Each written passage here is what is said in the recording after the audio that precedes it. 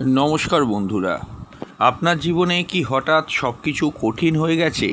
কাজে বাঁধা, সম্পর্কে দূরত্ব, টাকা আসছে কিন্তু থাকছে না, মনের মধ্যে অকারণ ভয়। অনেকেই বলছেন আপনার সাড়ে সাতি চলছে কিংবা শনির ঢাইয়া চলছে। অত্যন্ত কমন একটা এপিসোড, আপনাদের মধ্যে প্রত্যেকেই প্রায় জানেন। কিন্তু প্রশ্ন হলো, এই সময় কি সত্যি ভাগ্য খারাপ হয়, নাকি এমন কিছু জিনিস একটা সময়কে আরও ধীর গতিতে নিয়ে যায়, নাকি শনি আমাদের কিছু অভ্যাস বদলাতে বাধ্য করে বলে অত কঠিন পরিস্থিতির সম্মুখীন করে? আজকের ভিডিওতে আমরা জানবো সাড়ে সাতি ও ঢাইয়ার সময় কোন 15টি অভ্যাস বদলানো জরুরি, কেন এগুলো শনির দর্শনের সঙ্গে যুক্ত এবং মনোবিজ্ঞানও কেন একই কথা বলে। ভেরি ইন্টারেস্টিং একটা ভিডিও। যাদের সাড়ে সাতি ও ঢাইয়া চলছে অবশ্যই ভিডিওটাকে কিন্তু একটু মন দিয়ে দেখে যাবেন এবং প্রতিটা কথা শুনবেন, স্কিপ করবেন না। কথাগুলোকে বুঝতে হবে। যদি না বুঝতে পারেন কমেন্ট বক্সে লিখে জানাবেন। যদি কোনো প্রশ্ন থাকে কমেন্ট বক্সে অবশ্যই করে যাবেন, আমরা অবশ্যই সেই অনুযায়ী কিন্তু রিপ্লাই করে দেবো পরবর্তী ভিডিওতে। তাহলে আসুন শুরু করা যাক। ট্রু সায়েন্টিফিক অ্যাস্ট্রোলজি ইউটিউব চ্যানেলে আপনাদের প্রত্যেককে ওয়েলকাম জানাচ্ছি। ফার্স্ট অফ অল দেখুন, শনি আসলে আমাদের কি শেখাবার জন্য আসে। অ্যাস্ট্রোলজি মতে শনি হলো আপনার কর্মফল, আপনার পাস্ট লাইফের যা কর্মফল আছে সেই কর্মফল, অর্থাৎ আপনার এই জীবনের হরোস্কোপটা বা আমাদের এই জীবনের হরোস্কোপটা হলো অতীত জীবনের কর্মফলের ব্লু প্রিন্ট। ক্লিয়ার? যে যেমন কর্ম করেছে তার অনুযায়ী সেরকম হরোস্কোপটা ডায়াগ্রাম হয়েছে।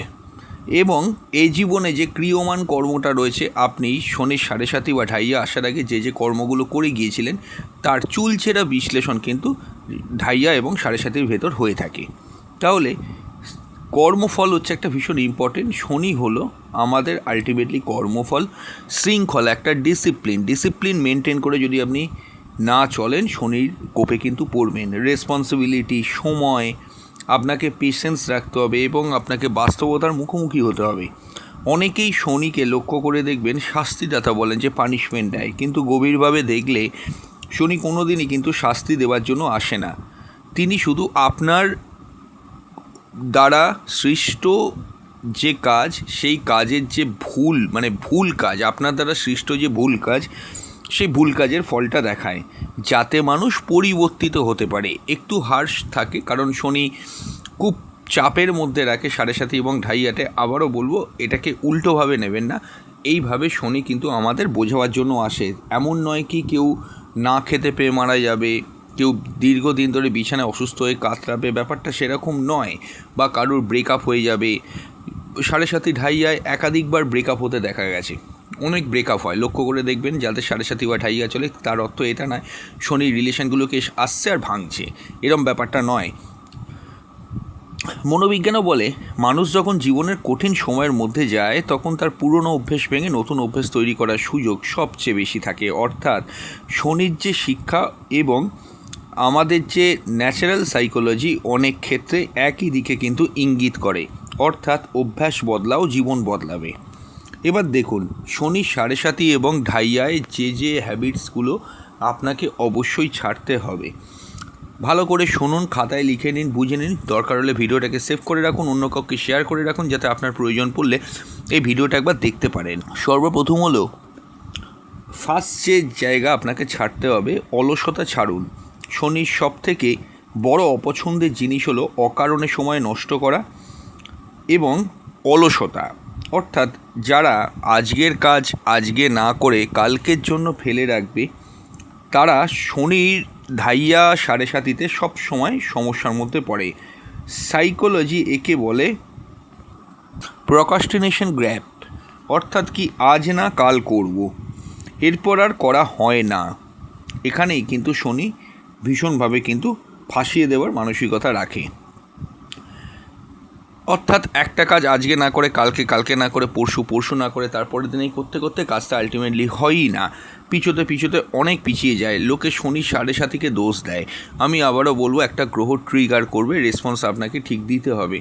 আপনি আজকে এই ভিডিওটা শুনছেন যা সাড়ে সাতি এবং ঢাইয়া চলছে, আজ থেকেই অভ্যেসগুলো পরিবর্তন করার চেষ্টা করুন। পয়েন্ট নাম্বার 2, মিথ্যা বলা বন্ধ করুন। দেখুন, শনি হচ্ছে সত্যের গ্রহ।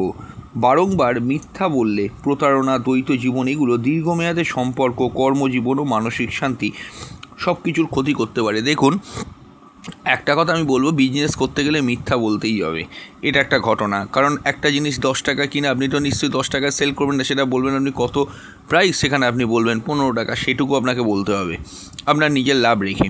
কিন্তু লক্ষ্য করে দেখুন, অনেককে দেখবেন নিজের সম্পর্কে অনেক প্রোপাগান্ডা, অনেক বড় বড় কথা বলে, এরকম আছে, সেটাকেও আমরা মিথ্যা হিসেবে বলি।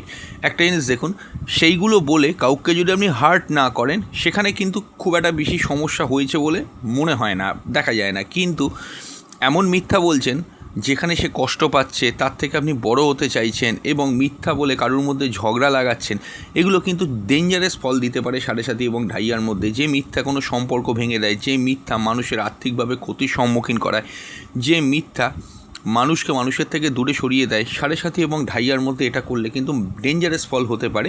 এই জায়গা থেকে আজই সতর্ক হন।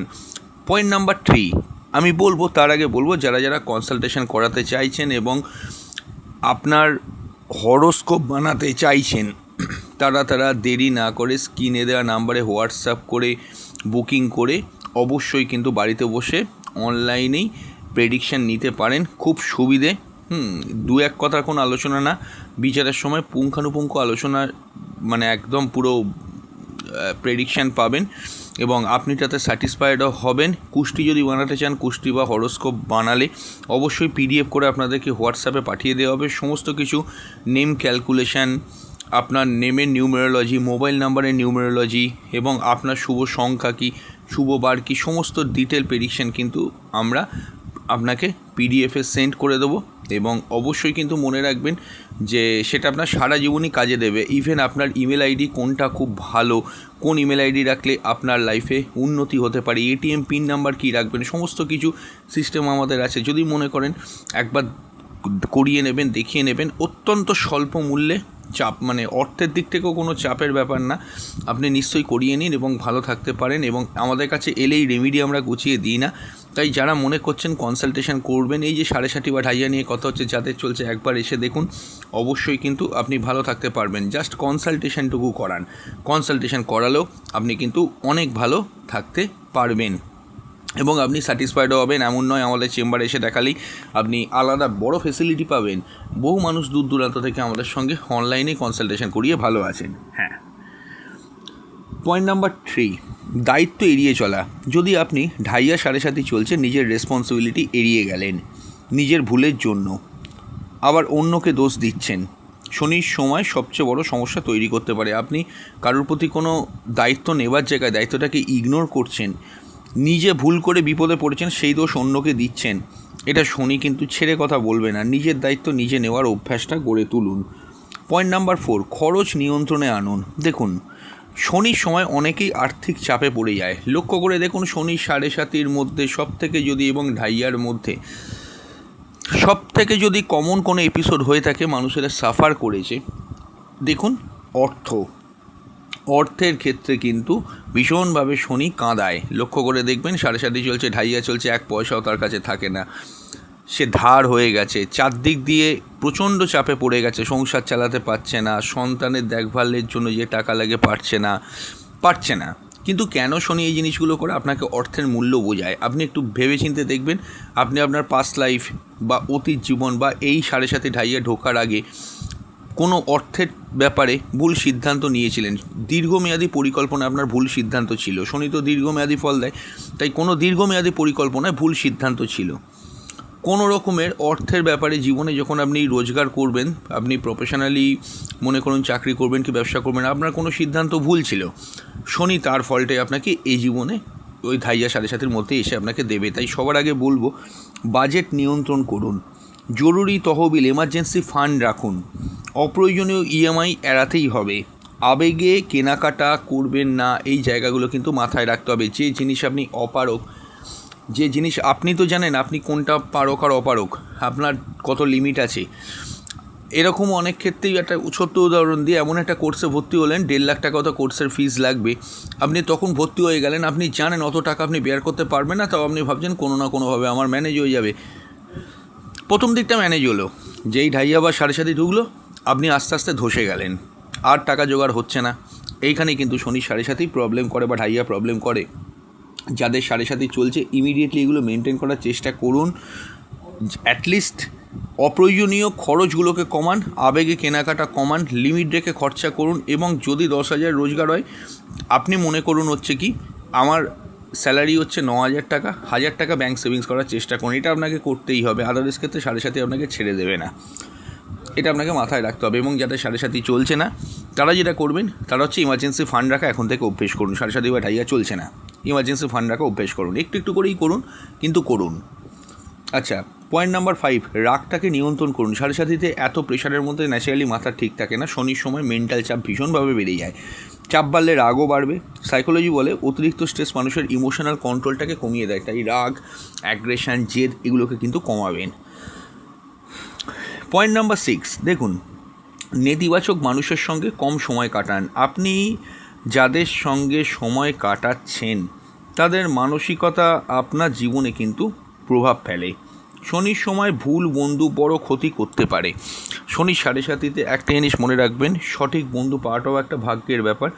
যে বন্ধু বা যে ব্যক্তি আপনাকে নেগেটিভ ইনফ্লুয়েন্সের মধ্যে রাখে, নেগেটিভ কথাবার্তা বলে, একটা নেগেটিভ এনভায়রনমেন্ট তৈরি করে, এমনকি পরিবারের লোকও হতে পারে, তার সঙ্গে আপনি কিন্তু আর ইন্টারাকশান করবেন না, না হলে কিন্তু বড় সমস্যা হতে পারে শনি 7.5-র সময়।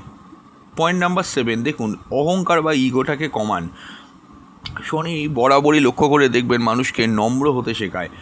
আপনি যদি অহংকার বেশি করেন, এরকম ভাব দেখান যে আপনার চেয়ে বড় কেউ নেই, আপনি সেরা, ঠাকুর বা দেবতা বলে কিছু নেই, আমি সব, মানুষ নিজেকে অনেক সময় এরম জায়গায় নিয়ে যায় অনেক সাফল্য পেতে পেতে যে আমার ওপর কেউ উঠতে পারে না, আমি সেরা, এরকম একটা ব্যাপার, এইগুলো কিন্তু করা চলবে না। অহংকার যার যত বেশি হবে পতনের সম্ভাবনাও তার ততটাই বেশি হবে।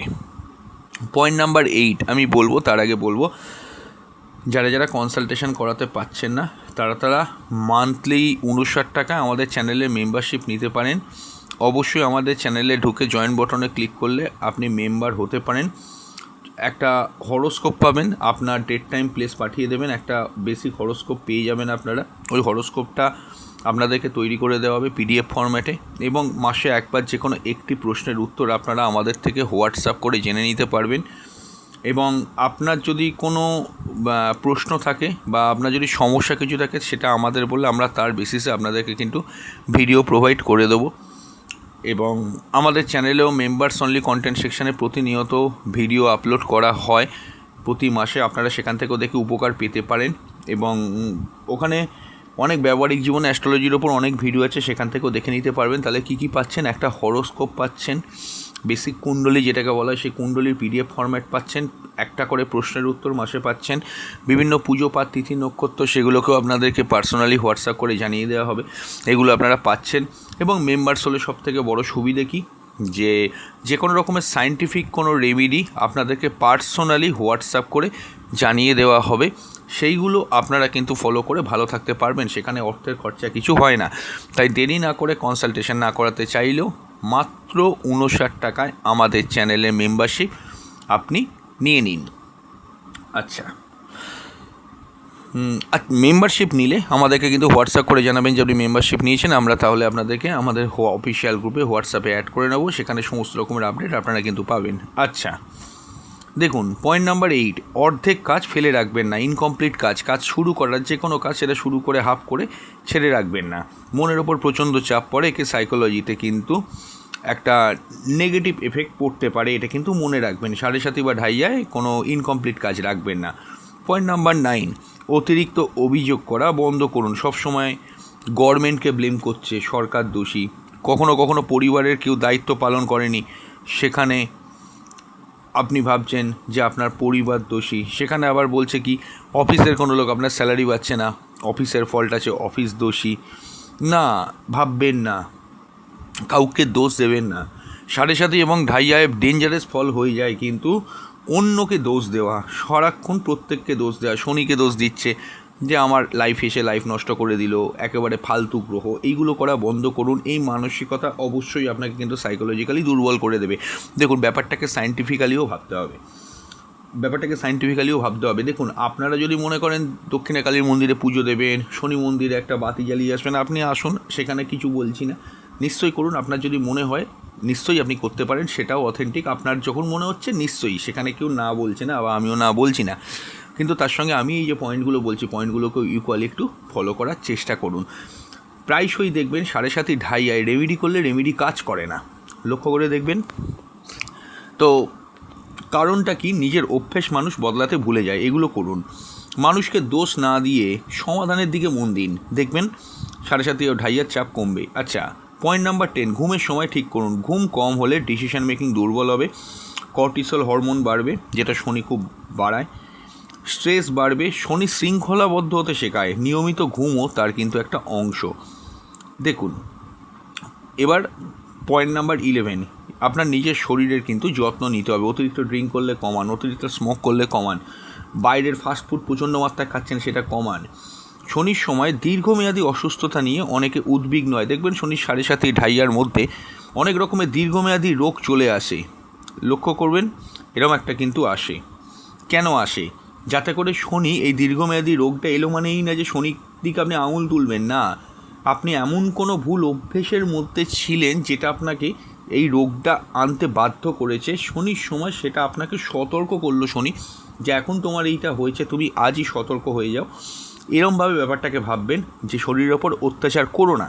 সেটা হতে পারে কি খাওয়া দাওয়া নিয়ে অত্যাচার, সেটা হতে পারে কি লাইফস্টাইল নিয়ে অত্যাচার, সেটা হতে পারে কি রেস্ট নেন না, রেস্টলেস হয়ে থাকেন, তারও সেখানে একটা হেলথের ওপর অত্যাচার। যে কোনোভাবে খুব ঠান্ডা খাচ্ছেন, সেটা একটা অত্যাচার। এগুলো শনি আপনাকে কিন্তু দিল যে সাবধান হও, তোমার কিন্তু সমস্যা আসছে। এমন নয় কি আপনাকে 12টা বাজিয়ে দিল। অনেকের দেখবেন ঢাইয়া 7.5 সুগার ধরা পড়েছে, শনি তো তার মানে এই জিনিসটা করলো না। না না, শনি আপনাকে সাবধান করলো যে আপনি আজই সাবধান হন। তাই হাঁটুন, এক্সারসাইজ করুন, নিয়মিত স্বাস্থ্য পরীক্ষা করুন, নিজেকে একটু চার্মিং রাখার চেষ্টা করুন, চিকিৎসকের পরামর্শ মেনে চলুন। পয়েন্ট নাম্বার 12, অন্যের অধিকার নষ্ট করবেন না, অন্যায়ভাবে কোনো সুবিধে নেবেন না। একটা লক্ষ্য করে দেখেছেন, একটা ছোট্ট উদাহরণ দিই, ঠাকুরের মন্দিরে পুজো দেওয়া হচ্ছে, প্রত্যেকে বিশাল বড় লাইনে দাঁড়িয়ে আছে। পেছন থেকে একজন লোক এসে বলল সামনের লোকটাকে, দাদা একটু আমাকে জায়গা দিন তো। এই সামনে চলে এলো, এদিকে মাঝখানে লোকগুলো দাঁড়িয়ে আছে। আবার মন্দিরে পুজো দিতে গেলে অনেকক্ষণ দাঁড়াতে হবে। লক্ষ্য করে দেখবেন যে সেই ব্যক্তি করছে কি, মন্দিরে গিয়ে কথাবার্তা বলে একরকম চ্যানেল করে নিজেরা ঢুকে গেল। এইগুলো করবেন না, অন্যায়ভাবে সুবিধে কিন্তু নেবেন না। প্রতারণা করা, কারোর টাকা নিয়ে টাকা পয়সা মেরে দেওয়া, টাকা ফেরত দেবো বলে না দেওয়া, বিভিন্ন সময় বিভিন্ন লোকের কাছে টাকা পয়সার জন্য হাত পাতা, অন্যের টাকা আটকে রাখা, শ্রমিক বা আপনি যদি কোম্পানির প্রোপাইটার হন, শ্রমিক বা মজুর যারা আছে, যারা কাজ করছে আপনার আন্ডারে, তাদের টাকা পয়সা স্যালারি ঠিকমতো না বাড়ানো, শ্রমিক বা মজুর যারা কাজ করছে তাদেরকে সন্দেহের চোখে, খারাপ চোখে দেখা। লক্ষ্য করে দেখবেন এই জিনিসগুলো কিন্তু অনেকেই করে থাকে না জেনে, না বুঝে, এবং সারাক্ষণই আপনার কর্মচারীকে সন্দেহ করা। আপনি যদি কোম্পানিতে চাকরি করেন, আপনার বসের স্যালারি বাড়াচ্ছে না বলে বসের দিকে সরাসরিভাবে আঙুল তোলা, সব সময় বসকে দোষ দেওয়া, প্রচুর খাটাচ্ছে স্যালারি বাড়ছে না, এসব থেকে কিন্তু বিরত থাকুন, নাহলে 7.5 কিন্তু আপনার অবস্থা খারাপ করবে।